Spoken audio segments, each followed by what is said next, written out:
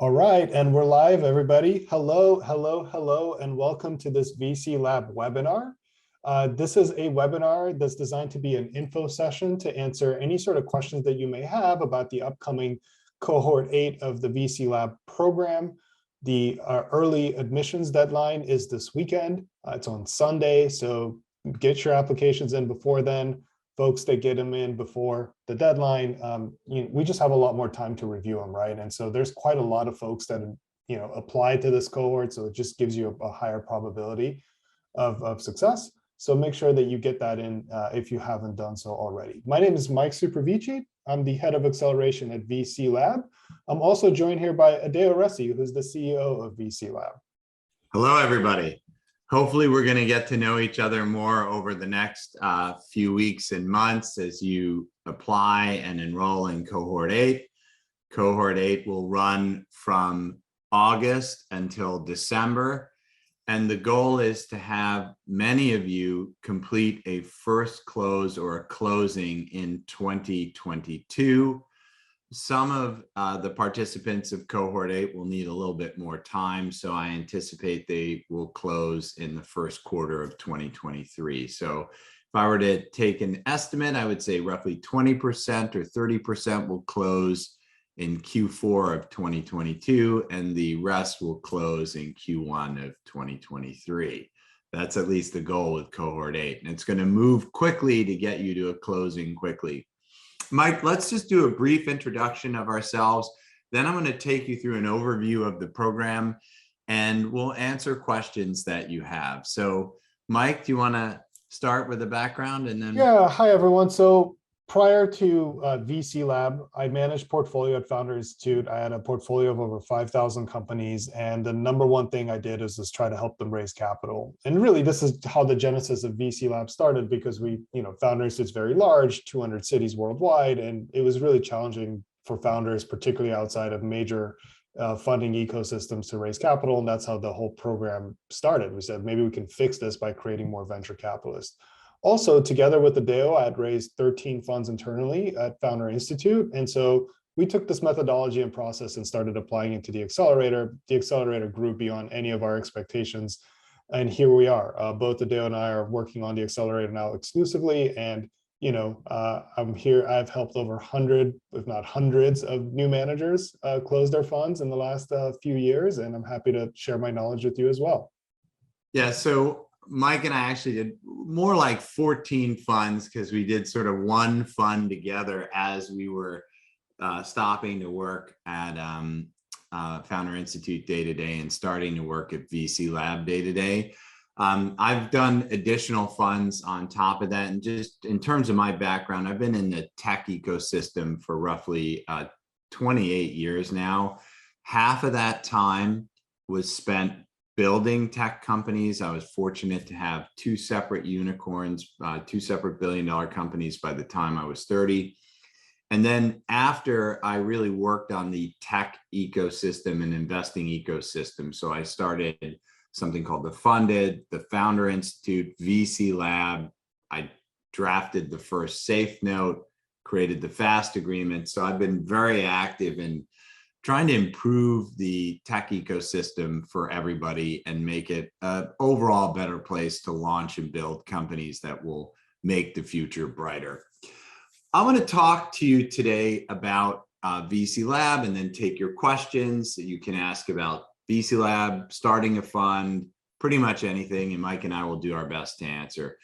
For some Robert's Rules of Order, so to speak, for some guidelines on how to be present and get the most out of this session. If you have a question, there's a Q&A button at the bottom. Try to make it one easy question. And if you have two questions, do two separate questions and get those questions in there right now. And do me a favor and upvote it. So if you see a question that you like from someone else, make sure to upvote that question. We're going to do the top upvoted questions first. Use the chat, on the other hand, to introduce yourself. We're going to have over 100. We already have over 100 people here. We may have as close to 200. You can talk about what Mike and I are discussing, post LinkedIn things, share a little bit about yourself. Just as something to keep in mind, if you are planning to launch a fund, there are rules around general solicitation. So I wouldn't get into any details about your fund. You could introduce your interest, you could introduce yourself, but I would stray away from going too much details into your fund because you might be violating general solicitation laws in different countries. And we're happy to talk about that if you want in the questions. Okay, so those are the orderly components of how to get the most out of this.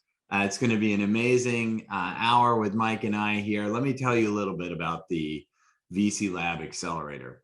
So first, I want to welcome everyone. Thank you for coming. And as a reminder, the early admissions deadline is this weekend, and we start processing admissions after Sunday. So make sure to get your application in as best you can. So far, VC Lab is the leading venture capital accelerator. To give you a sense, we are going to accelerate more than half of all new venture capital firms launched in 2022. So over half of every new firm created in 2022 will have come through the VC Lab Accelerator. And historically, we've launched over 200 firms, and they have over $3 billion in target fund size that they're raising right now. They've done hundreds of deals and even had over 80 markups of the deals that they've invested in. And VC Lab itself is just about 2 years old right now since the first program was completed. Our vision is to transform venture capital into a force for good in the world. That's why we do this. We're not doing it to make loads of money. We're not doing it to help children in impoverished countries.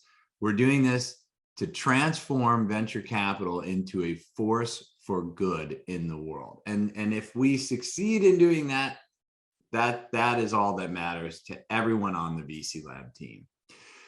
Every participant in the accelerator is therefore asked to sign the Mensarius Oath. And if you haven't seen the Mensarius Oath, maybe Mike, you could post a link to it in the chat. It is an oath of ethical investing. And we hope that everyone here agrees with the principles of the oath, because they were modeled after the Hippocratic Oath and designed for finance. And essentially, it's you're here to try and use finance as a force for good. And we're here to transform venture capital into a force for good. So the Mensarius Oath is an important component of everything that we do. VC Lab is a virtual accelerator that runs cohorts. The cohorts last approximately 16 weeks. The one, cohort 8, which starts in August, will run through December. It's almost exactly 16 weeks because there's not too many breaks for holidays. So it's going to be a relatively fast-moving program for people. The goal is to help the best emerging managers close on capital in 6 months or less. So this is not a learning program. This is a doing program. You are going to essentially do all the things necessary to launch your firm and close on capital as quickly as possible. While you're doing these things, you will learn stuff for sure. There are resources to learn from. But again, it is not a learning program. This is a closing program. So if you're like, I'm thinking of starting a venture capital fund in 3 years and I want to learn something now, this is not the program for you. This is a closing program, and I want to stress that. The program and all of the things that we provide are completely free. Okay? There's no hidden costs. We're not selling your data. We're not Facebook or Meta or whatever that monstrosity is called. We have no secret agenda. It's just free. And people are asking, like, how can it be free? It's just free. We want to transform venture capital into a force for good in the world. And we are providing a lot of stuff for free in order to make that happen. There are 4 components to what we do, and I'll go through each one.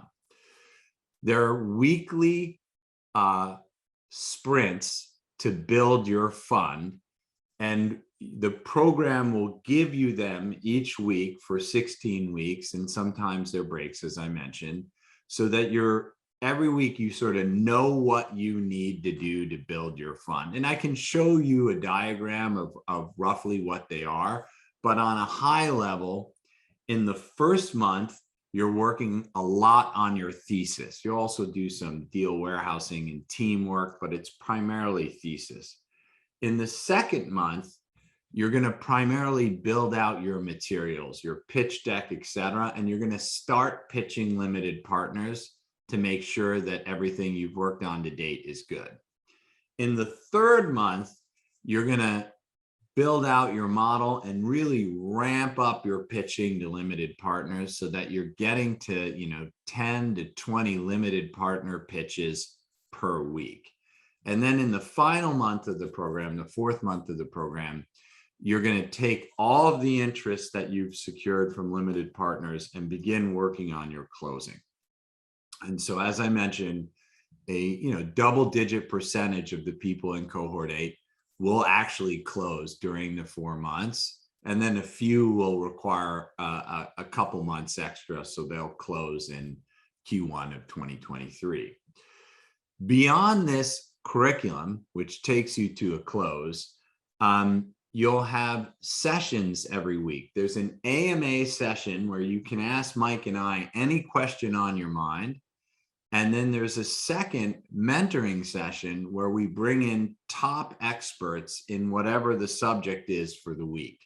So many weeks it's top GPs, some weeks it's lawyers, some weeks it's fund of funds, some weeks it's experts on modeling. It really depends on what the topic of the week is, what expert we bring in. And they normally will present some information for you, and you also have the ability to ask them questions. So you get hands-on feedback through this as you move through the program each and every week.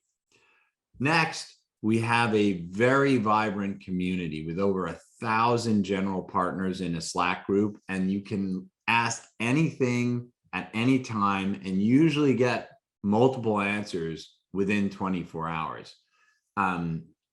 People share deals in the community, people share news in the community, people get questions answered in the community. It is one of the most amazing resources that I've ever seen for venture capitalists. And again, like all the other things, it is free. Last but not least, the 4th thing is that we have a industry-leading back office tool set called Decile Hub. And this provides a full CRM system, a full data room system, a full deal memo system, digital signature, and many other things that allow you to run and build your venture capital firm without hobbling together 10 or 15 different products to do all sorts of digital signatures, deal room, data room, et cetera, et cetera, et cetera. We've integrated everything into one suite, and it makes it super easy to launch and run your fund. And like everything else, it is also free. So our mission is to ensure that every region, every city, and every industry has specialized venture capital firms supporting it by 2025. So we'd like to launch at least 1,000 new venture capital firms by 2025 to ensure that venture capital changes for the better and to become a force for good in the world. As you probably can guess, there's a renaissance happening in venture capital right now. I'll leave you with what's going on, and then we'll move. I'll let Mike add anything that I might have missed, and we'll jump into questions. So just on the renaissance very quickly. Okay. I've never seen anything like this. So you're going to read a lot of things in the media that are confusing.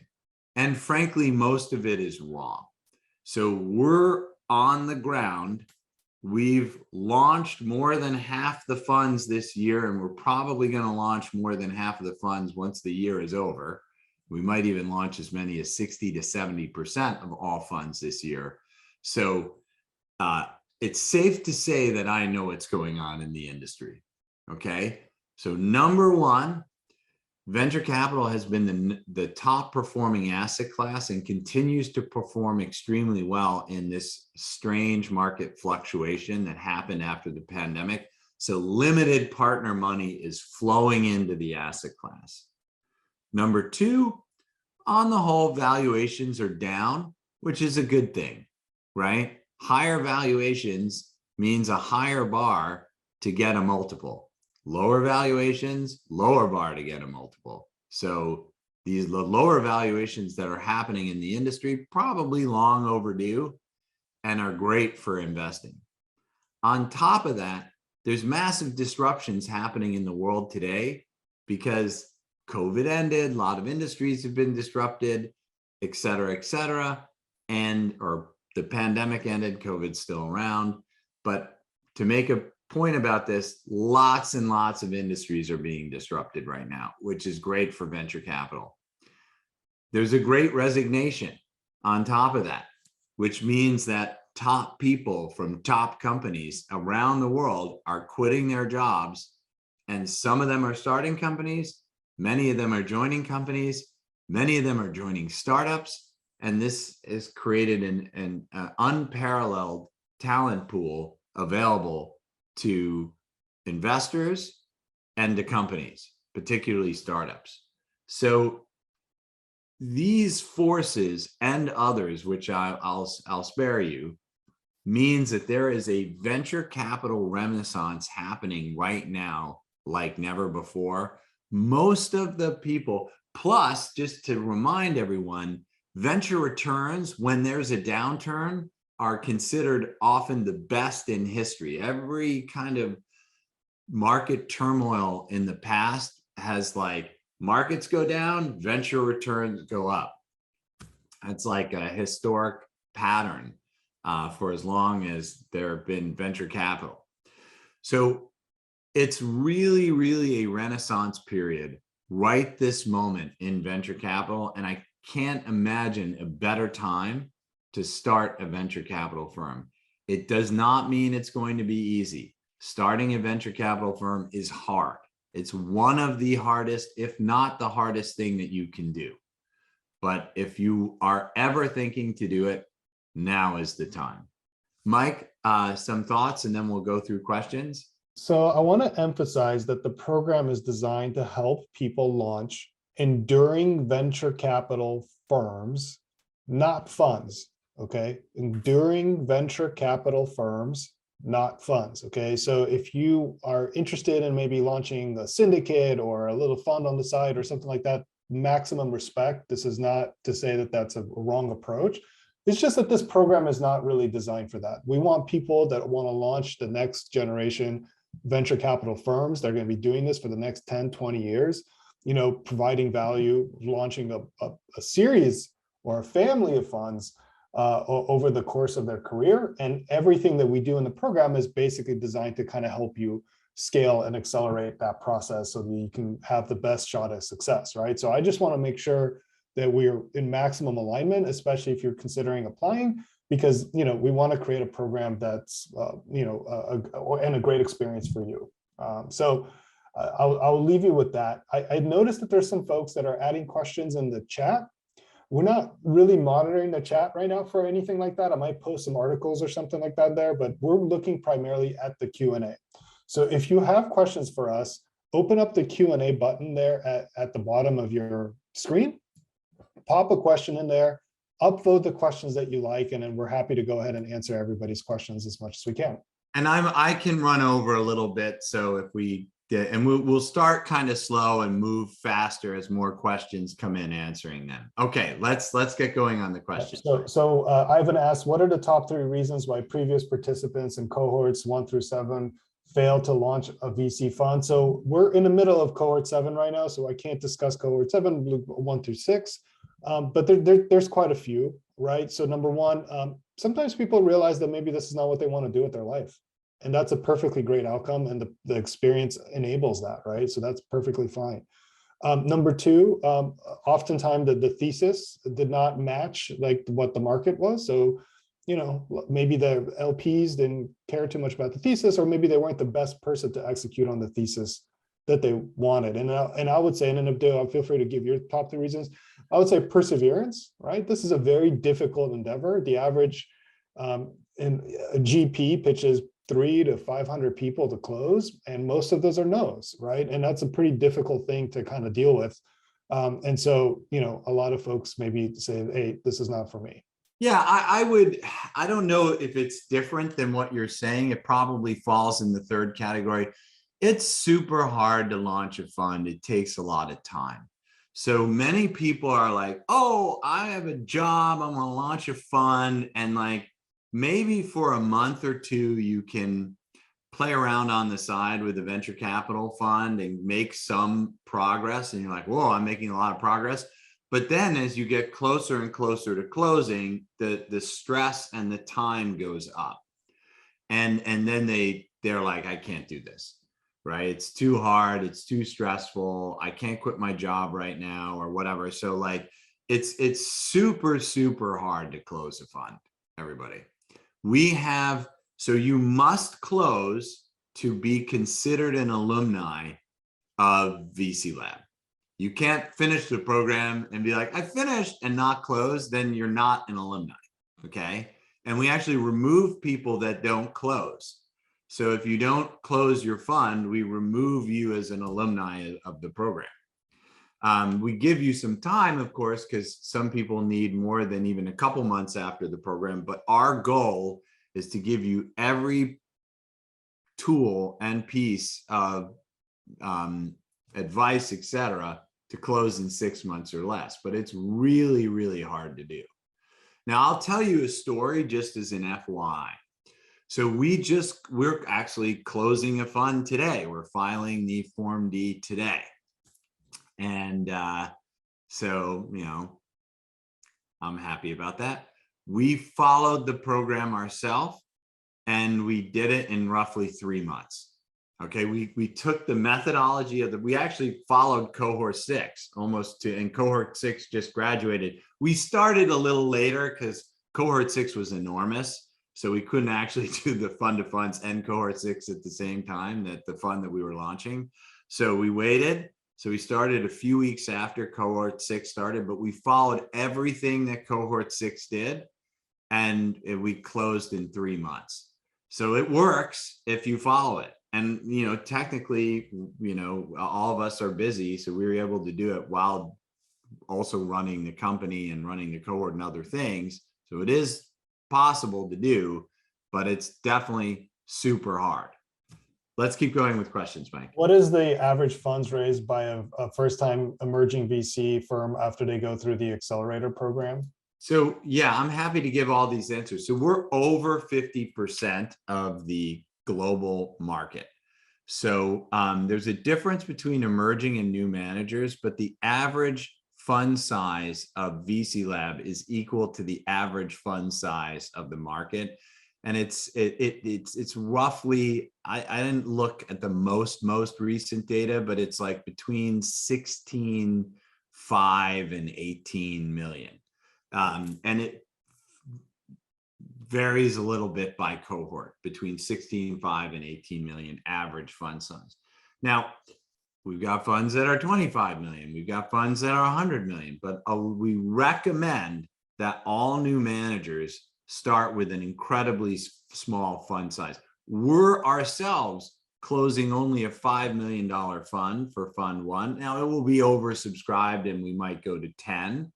But you want to fund one, you've got a scarlet letter, you're in the penalty box, right? And you want to get out of the penalty box as quickly as possible. Big LPs don't talk to you. There's lots of reasons you're in the penalty box on fund one. So the smaller fund size that you have for fund one, the faster you get out of the penalty box. The faster you raise it, the faster you deploy it, the faster you start fund two. Fund two, you're like 1 foot out of the penalty box. And by fund three, you're completely out of the penalty box. So you just want to get out of those first funds as quickly as possible so that you can raise from sovereign wealth funds, pension funds, big sources of capital. How many hours per week is the Accelerator program? So let me just take a step back here. There's nothing that the Accelerator program requires you to do that you wouldn't need to do to close a fund. So everything, every deliverable, there's no theory. It's do this, this is not, right? So all the time you're putting in, it's effectively to close your fund. There's no things that we make you do that you don't need to do in general. And our whole philosophy is maximize your return on investment per unit of time spent. Maximize your return on investment per unit of time spent. Now, the program starts out roughly being, let's call it, or fundraising, I should say, starts out to be roughly 15 to 25 hours a week. That's in the first part of the program until you get to the thesis review. Then it starts to ramp up from there. And the reason it ramps up from there is because you're going to be pitching lots of LPs within, a month of starting. And so now all of a sudden you're like in the 30-hour-a-week range, possibly even in the 40-hour-a-week range, especially when you get closer to closing, which is a lot of work, right? And so again, if this is a program that's it's a doing program and you're going to close, so it's going to ramp up from 20 to roughly 40 hours per week, but that's because that's how much time closing takes. Is there a cost to joining the Accelerator? We answer that no. The Accelerator is 100% free. The only thing that we ask for in return is that you publicly share the Mensarius Oath, which you can look at in the chat. That's a prerequisite to being accepted into the program. Okay, so you're going to have to share that on all of your social networks, because that's how we ensure that we're all aligned around these principles, and that's something that shows some level of accountability. Yeah, Mike, let me go back to this other thing about closing and what it takes. So I'll give you a sense of our own numbers here. So we just did a close. I have 290, I'm looking at the data right here. I have 292 limited partners in our database. I didn't pitch them all face to face, but I've been communicating with them and managing emails to them and all this stuff. So 292 target limited partners, right? So that's a lot of people to manage, right? And that's why it takes a lot of time, because like people are writing in and asking questions, and then you're sending them stuff and this and that, and you have to get introductions to everybody. So it's a lot of work to get to close. You're going to need, I would say, what would you say, Mike? Between 150 and 300 is pretty standard for a first close. Yeah, and if you're in an emerging market that's new to VC, that number could go up pretty dramatically even from there. So everyone, we have 35 open questions. We have about a half an hour left. So we would really appreciate it if you just upvote the questions that you like. So read through them. That way we can go ahead and prioritize them for you as well. Yeah, so read the questions, thumbs them up first. Don't ask new questions just yet. Given the current geopolitical issues and rising interest rates in the US, is this still a good time to launch a VC fund in emerging markets? You guys, it's as I brought up, right this moment is the single best time in human history to launch a venture capital firm by an orders of magnitude, right? Like if you were to say like, hey, put a whiteboard up and like, just what would be the perfect time to create a VC fund? Like it would be now, right? Disruption, resignations, top performing asset class, it just goes on. And like lots of people interested in the model, and this applies in developed markets. It applies in developing markets. It applies everywhere, right? What's happening globally makes venture capital in this renaissance period, which is the best time in human history. Now, who knows how long it will last? It might not last very long. Maybe, venture capital is sort of slow, so it won't be like months, but it might only last a year or two. And here's the thing about venture capital, okay? This is well known. Venture capital returns are all driven primarily by vintage years. So, and vintage year is the year that you actually form the fund and take in capital from LPs. So it's pretty clear that 2022 is going to be a good vintage year on the whole, right? And it's like most people also believe that 2023 is going to be a good vintage year, and we've come out of a lot of good vintage years, and it's only getting better. So and returns are like super highly correlated to vintage year, and this, you can read about this online. This is well known. Okay. Do you provide legal support for entity formation? So the answer to that is yes, we do. That's an application only program. Right now, we support several jurisdictions in the world, but it depends on kind of where you're located. And again, it's application only. But either way, the program will hold your hand to the entire process. So if you want to work with whatever vendor you want to work with, that's perfectly fine. And we tell you exactly how to do it. One little side note here is that, if you don't have enough hard circled from LPs, so if you don't have at least 10% of your fund hard circled from LPs, please refrain from speaking with lawyers. Please refrain from speaking with admin providers. This is one of the biggest things that we have to kind of undo while we're in the program, because people basically started this process, and kind of wasted a lot of time with it, right? Because you might get an LP that might say, you know what, I don't want you to be in this region, right? And then what do? You have to kind of throw everything away, all the money you spent with legal, and happens all the time. Happens all the time. All the time. People spend tens of thousands of dollars with lawyers, and then they have to throw it all away. Either the lawyer isn't that good, LP asks them to move domiciles. Or they selected the wrong platform, right? So we have somebody that kind of started the process on AngelList, and AngelList is really suboptimal for building enduring venture capital firms because they own a lot of the entities, right? And so you can't really build an enduring venture capital firm on AngelList, right? That's a very good example of that. But they just went there because, it's kind of popular. So we'll just do it, right? And now they have to unwind all that, right before they start closing. It costs a lot of money and time. So do not start talking with lawyers. Do not start working on your fund domicile until you have 10% of your firm in hard circled commitments, which usually means in writing that someone's going to invest. Let's keep going. So Delan is asking, is it a good program if you want to be a solo fund manager? 66% of our alumni are solo GPs, as it's called. So yes, solo GP is a bit of a misnomer because it might be one GP, but they'll have venture partners and they'll have some support. But yes, so 66% of the VC Lab alumni, not people who finish the program, people that actually close funds, are solo general partners. Do you recommend a program for North American funds? Non-North American funds. Non-North American funds, yes. Over 60% of alumni are not from the United States. Yeah, 66% of our alumni are international, which is outside of North America in our definition. We have the same number of funds in Europe, LATAM, and Africa being started now in each cohort. So Europe, LATAM, and Africa are all the same rough percentage of alumni being created.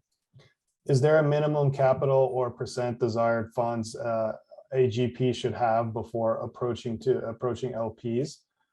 Let's talk through this. So generally speaking, Shane, the GP will commit 1% to the fund. That is the standard in the industry today. So the GPs will, if they're two GPs, 50-50, then each will put 0.5. If they're three GPs, a third, then each will put 0.33, right? So you get the gist, right? So there's a 1% GP capital contribution. Then what you do is you start working and refining your thesis. And once you have a pretty good thesis, you start talking to limited partners. Mike, can you put the information about general solicitation in the chat? I'm looking for that right now. Be super careful how you pitch limited partners. I'm going to paste some advice in the chat for you on that. You can't like solicit people. And I'm seeing some people posting about their funds. Please don't post about your funds in the chat. Just read the general solicitation thing that we're putting in there before you do so. So there are ways to find LPs. We're going to help you find LPs, and then you're going to start pitching LPs, and then you're going to be getting commitments, right? There's soft commitments and hard commitments. Soft commitments are verbal. Hard commitments are normally in writing. They can come in the form of an email, or they can come in the form of some sort of signed agreement like a pact, if you want to put a link to the pact as well, Mike. And what you want to do is you want to collect 10% of your fund in hard commitments or hard circled before you start thinking about forming or a domicile or any legal matters or anything like that. Can you share the curriculum for the current accelerator? Yep, I'm gonna put the entire schedule for you, but the curriculum is we write that ahead of time. Right. So if you want, what I can do, guys, is I can show it to you quickly on screen. Do you think that's useful, Mike? We have 42 questions a day. We got to go. Let's go. Okay. We don't have time for that. So, all right, here's where to find it. We have a nice graphic of it, but as Mike said, we need to move quickly. Go to govclab.com, and then you'll see at the top, there's an events button. Also under Accelerator, there's Accelerator schedule first. It's the same page, and you'll see the Cohort 8 schedule in detail. Yep, I posted that in the chat for everybody as well. How many applications did you receive for Cohort 7? What percent were accepted? How many places are available for Cohort 8? We had 2,300, just around, I think it was 2,290 something. General partners start an application for Cohort 7. We enrolled 220 firms, and that was roughly over 300 people. I don't know the exact number of people off the top of my head. What are the criteria to get selected into the VC Lab Accelerator? Yeah, so thank you for asking that. So on a high level, do a good application, right? And like, if you kind of half-ass your application, your chances of getting in are not very good. So let's just start there. But if you do a good application, here's what we look at. In no particular order, because they're all important, right? So if one of them is really bad and the others are really good, you probably won't get in. Just to give you a sense, over 60% of the people that we accepted scored a 5 out of 5 on our admission criteria. So they were amazing applicants. And then the rest were like high 4s out of 5. Right? So let's go back to the things that matter. Number one, we're going to be looking at your LinkedIn. What's your background? How many connections do you have? And if you're, don't have a background that is going to allow you to succeed as a VC, or you don't have a lot of connections, VC is a networking business. It's going to be very hard for you to find deals, find limited partners, etc. Number two, we look at your application video. you're going to be pitching on video a lot. This is a real backdrop here, you make yourself look good on video. You're going to be pitching limited partners on video, which is a blessing. It's better than flying and meeting them. You save a lot of money and time pitching on video. So we want to see that you can pitch on video well. Number 3, we're looking at your thesis, which includes fund size, geography. Are you thinking about the opportunity correctly? And I would say those are the big 3. Then, I mean, we look at a lot of other things as well. If you have a team, et cetera, but those are the big 3 that, like, if there are problems in any one of those 3, you're probably not gonna get in. What separates exceptional VC firms from average firms? Well, the VC firms. I'll tell you. Okay, sorry, Mike. So we see a lot of firms, and we actually invest in firms. And what I can tell you is there's firms that stand out are like just heads and shoulders above their peers, and it's like super obvious. It's like their peers are over here kind of scrounging around, and then the best stand out. And the things that make them stand out are really fall into 2 major buckets. Deals, they've just got amazing deals. You're like, these deals are head and shoulders above the deals that we're seeing from other firms. They get marked up faster, they're growing faster, they look good on paper, blah, blah, blah. So the deals are like head and shoulders above the deals of other people. And then they run things really well. Like they send professional emails, they're following up with LPs, they're following up with a newsletter, and their operations are really tight. They like read the agreements, they try to understand them. And the people that run things well and get great deals, they're just have better returns and better investors. And then there are people who are, okay deals, okay operations, that happens a lot too. And they can still get it because it's super hard to do. But if you want to be a VC, you want to change the world, and you want to have $1 billion in carry, then you gotta like put your level 11 game on. Yeah, they typically also have a very repeatable process. And so it's not like just one deal and that's why the whole fund performed 4x. It's very likely that they've done this multiple times and there's like a pattern. They're like a good picker, essentially. How do you get income while running a venture fund? What size fund do we need to do so? So here's the thing.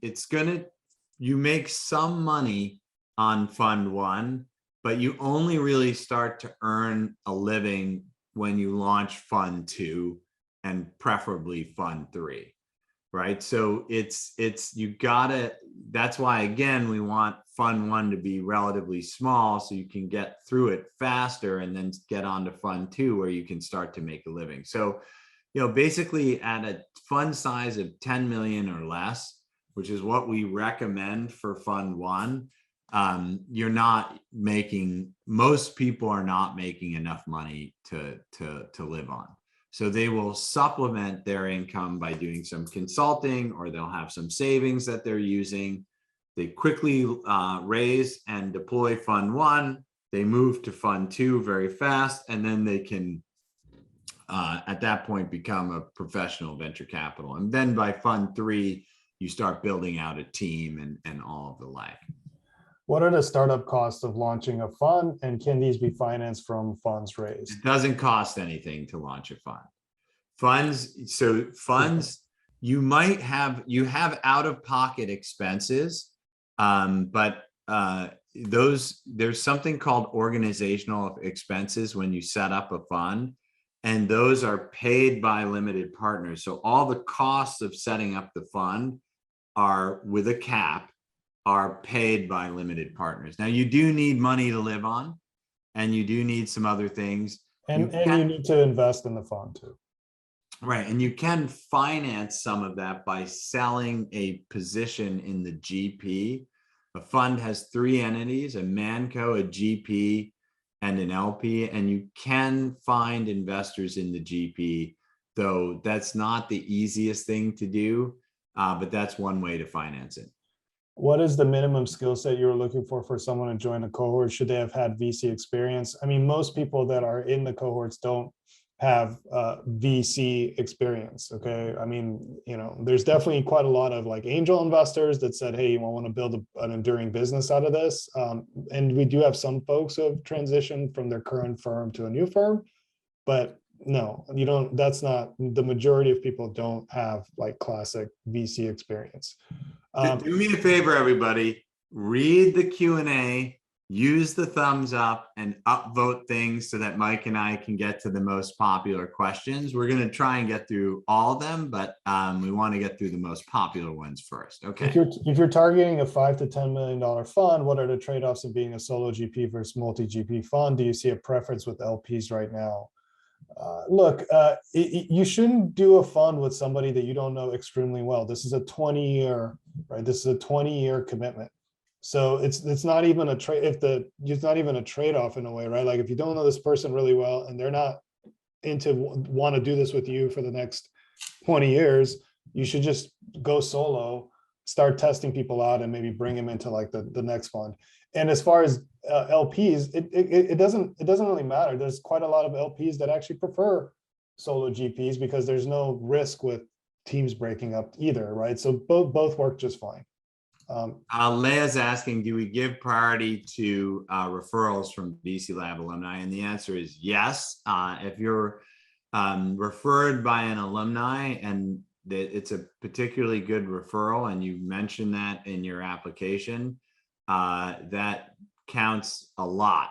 So we'll definitely, like, if there are two people and everything is equal, the referral will always get in. In fact, so referral counts a lot towards you getting into the program. In fact, I would say at this point, just to give you all a sense, we did an NPS survey and we came out with a 94. All right, so that's pretty awesome. And so most people are being referred anyway. So if you're coming in without a referral, I would recommend you try and find a referral because you're going to start. We have like the majority of applicants are being referred at this point. So you're at a bit of a disadvantage if you don't have a referral. 7 cohorts in, what improvements are being made, have been made to the program based on specific. We rewrite the curriculum every single cohort, right? So we build the curriculum from scratch every single cohort. We use the outline. In fact, we've just reordered a bunch of things at the end of the program to improve some deal doing stuff that we feel. So every single program, we look at where the cohort is, where the market is, and we rewrite it. So it's awesome.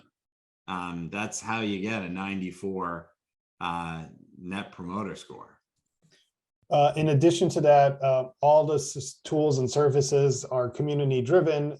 We wouldn't have built Decile Hub, which is the all-in-one network management tool that we discussed at the top of the call, if it wasn't for a lot of demand from the folks in the cohorts, and everybody's in Slack giving our dev team feedback and improving in things and stuff like that. So, you know, basically our goal is to kind of clear the way for you to make this whole process a lot easier. And so, you know, we use the community feedback from that. Is there good guidance on video that we shall record for the application? You know, we do have a FAQ. I'm going to go ahead and post that into the chat here for you. And then, you know, you can get started there. Yeah, so look, it's 2 minutes long and you got to answer the couple questions that we have in there. Don't send us a video for something else. We need a video recorded for VC Lab answering the questions that we're asking. A lot of people, I have this great video of me speaking at a conference. We don't want to see you speaking at a conference. We want to see the answers to the questions that we need for admissions, right? So make sure you record it for us and we review everyone, usually multiple times.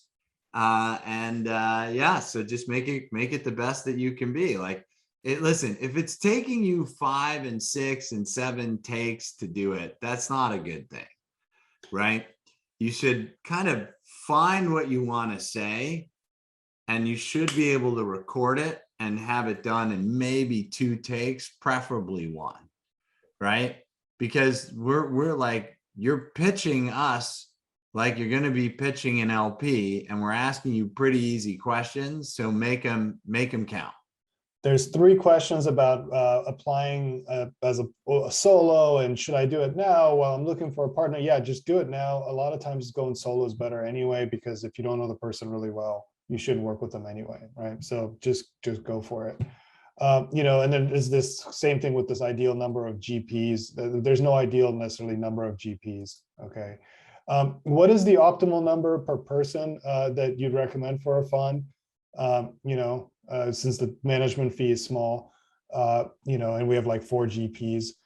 Look, guys, you can't think of it that way. Yeah, so the general rule of thumb in venture, when you're outside of the penalty box, is 20 million per partner. Okay, but you're on fund 1, your total fund size, if you have 5 GPs, 2 GP, 1 GP, should be 10 million or under, because you're in the penalty box. So you don't, like, I can't stress enough how bad being in the penalty box is. It's like, you know, climbing Mount Everest naked with no oxygen. Okay, it's bad. So you don't, like, you don't want to carry load. Like, you want to make it as easy and seamless as possible. So no major LPs will talk with you. Everybody doubts that you're going to actually close, because tons of people, I'm raising a fund. Yeah, sure you are, right? And the list goes on. So, like, vendors don't really want to work with you. It's really bad. It's like a terrible place to be. So you don't want to be like, we need 20 million per person. Like, where are you going to get that money? You're in the penalty box, right? So the way you need to think about this is fund 1 needs to be small. Fund 2 can be 2 to 5 times the size of fund 1. And then you're going to get to like a workable venture economic model by the start of fund 3. And at fund 2, you'll start to have a workable model, but not great. And it's really at fund 3 that you can start thinking about the 20 million per partner. So there's an incredible amount of competition for LPs. I understand the training and advice, but is the competition for LPs in my area is causing me to hesitate? Comments, encouragement. Look, when you have the right thesis that meets the right GP, that meets the right LP, magic happens. That's when you're converting 1 in 3, 1 in 5, things like that. And that's basically what we focus on: return on investment per unit of time spent. And that's how you compete, right? This is why you win. This is why people with like super broad theses generally have to pitch 1,000 people, right? Because of their thesis is not very focused and they have a hard time getting to the right LP. So I wouldn't worry about that. I think that it's not worth your time. What you need to do is just find the right people for the right thesis at the right time. Do you provide advice on how to identify LPs to pitch? Yes. If you don't have a huge network of high net worth individuals, yes. That being said, if you don't have a huge network, though, I would not start a venture capital firm. You're like, I have 400 people on LinkedIn following me. You shouldn't start a VC. VC is like a networking business. You need a network to help companies, a network to find companies, a network to find LPs. It's like a networking business, right? It is literally the networking business. So if your network is small, don't do a VC. Now, you may not know high net worth individuals, but if you have a big network, you'll know someone in your network that knows rich people, and you can activate your network that way, and we'll show you how to do it. But if you have under 1,000 people following you on LinkedIn, you probably shouldn't be a venture capitalist, right? Not right now. Fix it. Fix your network. Build your network. and then be a VC. Legal is the biggest expense. Do you help navigate with this? Yeah, yes, we help you with that. And we, by telling you not to talk to lawyers until it's the absolute right time. So if you didn't hear it, if you're watching something else at the time, do not talk to lawyers or fund admins or anything like this until you have at least 10% of your fund 10%. and signed, hard circled commitments. Okay, signed without, signed. Preferably signed. I mean, using a pact, which we put the link in. Okay. What portion of funds Accelerator are non-US based? 66%. How do you define a close, first close, minimum? Yeah, I'll talk about that. So closing a venture capital fund is one of the single hardest things that you can do. I can't stress this enough. So first of all, you have to set not one, not two, at least 3 entities up. In Canada, it's 5, right? So that's complicated. The entities themselves are very complicated, regulated by a lot of rules. You have to set a bank account up. It can take you months to set a bank account up for VC in Europe. Months, 2, 3, 4 months. It's not like setting up a business account or a personal account. It's like super hard. And they do KYC and AML. And so they make you have policies that are complex. They make you have an AML policy at every bank that I know of. So that works with VC. So it's super, super hard to close. So for us, a first close, definitionally. Now we have people in VC Lab, they're on their first fund, second fund, third fund, on their first close, second close, third close. So we work with emerging managers. Emerging means fund 1, fund 2, fund 3. And not everyone's on a first close, but so we help everyone get to a close. It just might not be their first close, but for the purposes of a first close, you have all your entities set up, your bank set up, all your LPs signed, all of the filings done that are needed with the various agencies, which differ around the world, but there's a lot, and you call capital. That's for us what a first close is. So all of that, and each one of those things is hard. How much will we be proficient? Will we be proficient in raising after the program? Yes. So this is exactly what the program does. You will be significantly more proficient than probably anybody else. I've done this. We've helped hundreds of firms close. The entire program is effectively designed to help you close fast. And so you're going to be very proficient. We provide you with email templates, processes, systems, everything to be able to produce a very fast close. Upvote, guys. We're coming in on 10 o'clock. Mike, can you go over a little bit so we can five minutes though. 5 minutes. If I want to start a VC firm that is going to launch an accelerator, are we aligned here? Yes, we have lots of accelerators. And venture builders. So we do venture builders, accelerators, funds, right? And then pre-seed, seed, series A. We have some fund of funds and some later stage funds, but those are the other things. So guys, do me a favor. Again, we want to be sensitive of your time and our time. So we're going to run through some questions, but make sure to upvote. What are the main reasons some applicants failed to join the past cohort? I think we talked about that. Their video wasn't good. They didn't have a good LinkedIn. The stuff they submitted about their thesis wasn't particularly good. People in the program fail for the reasons we covered as well. So is the industry big enough to support the creation of this many venture capital firms? How do you top prominent VCs view this initiative from VC Lab? Yeah, so right now, okay, so there are a couple questions there. Look, venture capital should be larger than it is because we have a ton of problems in the world today and not enough solutions. Like, look at Europe, buying gas from Russia is actually attacking, right? Like doesn't really make a lot of sense. Why are they doing it? Because there's no solutions. Where are the solutions going to come from? Venture capital, pretty much. Like the venture capital is going to invest in things that will replace natural gas, etc. And candidly, there hasn't been enough innovation, period. And there hasn't And been startups enough are innovation. happening, and startups are happening everywhere and should be happening everywhere. And it should by every single type of person, irrespective of where they are, their race or whatever, right? And so like we just gotta empower that, right? And so when I hear this thing around top prominent VCs and what they think about it is just like, again, remember we started this at Oh, they're Founders. being disrupted. Okay. Yeah, they're So being like, they disrupted. can either like to some extent, I like prominent VCs.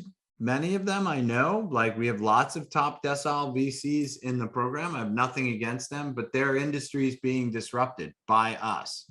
We are changing the venture capital industry every single day in a massive way. And they are, the dinosaurs, and we are the, fast moving, whatever, mammals. Let's keep going. As a minority person, I lack sufficient networks of possible LPs. Will we learn how to find and get in contact with LPs? Yeah, we have tons of minorities. We are the largest. So since we're doing over half or 60 to 70% of all new firms in the world, we're the largest in everything, largest minority. And the program is free, and we're democratizing all this information. So as a result of that, we're empowering lots and lots of people from all sorts of backgrounds to start VCs that historically haven't started VCs. But it will, if you don't have a large network, you will not find LPs. You need to have a large network to find LPs. Maybe they're not directly in your network, but they'll be indirectly in your network. Or a second degree connection. And then we'll talk about that as well in the program. We call them connectors. What can you tell about us about venture studio fund models? Is there a difference with other VC funds that are being operated? No, usually you have a fund and a separate entity that does the venture studio, or a fund and a separate entity that does the accelerator. And we'll cover that in more detail in the program. So let's keep speeding along here. Can recycling management fees count as a GP commitment? So that's no. So most governments around the world do not allow you to round trip your management fees to meet your capital commitment. So what you can do, though, is take your management fees, pay the taxes and other government fees that come with management fees. Whatever's left over, you can use for your capital contribution. So the loophole of like trying to use management fees and skipping the tax services has been closed pretty much everywhere in the world, explicitly in the US as well. What should the ideal gap be between fund one and fund two? 18 months. 18 months. 18 months. If you really want to be on fund two, 18 months. I would say after you start closing fund one, but worst case after you finish closing fund one, but let's keep going. Is it possible to engage from overseas? London, in my case, yes. This is an international program. We've run international. We have all around the world: Asia, Europe, Africa, Latam, Oceania, everywhere. All right. Just two more questions. Three more. Come on. Okay. We are looking for a dedicated partner for running a VC while we are incubating several startups. We talked about that. You really don't want to have to know someone for decades, or at least 5 to 7 years on. I would say if you don't know them for decades, and you only know them for 5 to 7 years, then they should start as a venture partner, not as a partner. These are really long-lasting vehicles, and you're going to be working together for a long time. This is like more than a marriage. Why is the VC investment faring so well compared to other asset classes? Because I think it's pretty obvious. Like, look, most of the world's industries are broken, right? And when I say, like internet, banking, insurance, they're like literally broken. And so they are being disrupted every day by startups. Like the banking industry has just been completely exploded, torn apart. Everything that a bank done has been reinvented by fintech startups. And many of those fintech startups are worth hundreds of millions and billions of dollars, starting from nothing. right? So when you take a $5 million investment and then a few years later it's worth a few $billion, you know, a lot of money gets made along the way. The fund that backed Zoom early on had $1 billion in carry, $1 billion in carry. Okay, so the massive amount of disruption that's happening in the world has created enormous economics upside that has not been seen ever. And so, you know, crypto goes up and down, stock markets go up and down, old companies go up and down, and venture's just been going up as all these industries need disruption and new industries are getting born and the world just needs to be fixed. And most new innovations are generally built by venture-backed startups, right? There would be no Moderna without venture capital, right? So there'd be no Moderna, right? Tesla's another example. Maybe we'll do this as the last question. How do you fund the program?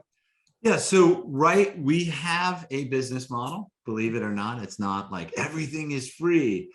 So the business model is driven by what people want. So what people asked us to do is to create a formation and fund admin service that was like cheaper and fixed price. So if you try and form a fund today with a lawyer or some of these other providers, you might get a fixed price for some of it, but it's variable prices for others, and it can balloon out of control very quickly. So what we did is we said, okay, guys, we'll do what you want, even though it's a kind of difficult business to run. And we did a flat fee formation and flat fee fund admin. And that's one of the ways that we make money. And then the other way is we're backing funds, right? So we believe in a lot of the funds that we're helping to start deeply. We think they are the best funds in the world and will become the next Sequoias and the next benchmarks, because those funds have done pretty poorly on the whole. Not those particular funds are better, but a lot of the older funds have done a very bad job of succession planning. And so really they're going to be disrupted by new managers building new funds that are the future Sequoias and benchmarks and Kleiners of the world. And we believe we have a big chunk of them in the program, and we're going to back them, right? So that's our model. We're going to help you run your funds for a reasonable amount of money that's fixed, cheaper than what you can get on the market today. And then we're going to back the best ones. And with that said, everybody, early admissions is on Sunday. So if you're thinking about applying, please apply now. You can learn about it at govclab.com. That's govclab.com. And we're looking forward to reviewing your application if you choose to apply. Yeah, we want to help you. That's why we're doing it. We want to see the world change, and we know that change starts with you. Thank you, guys. Bye, everybody. Bye, everyone.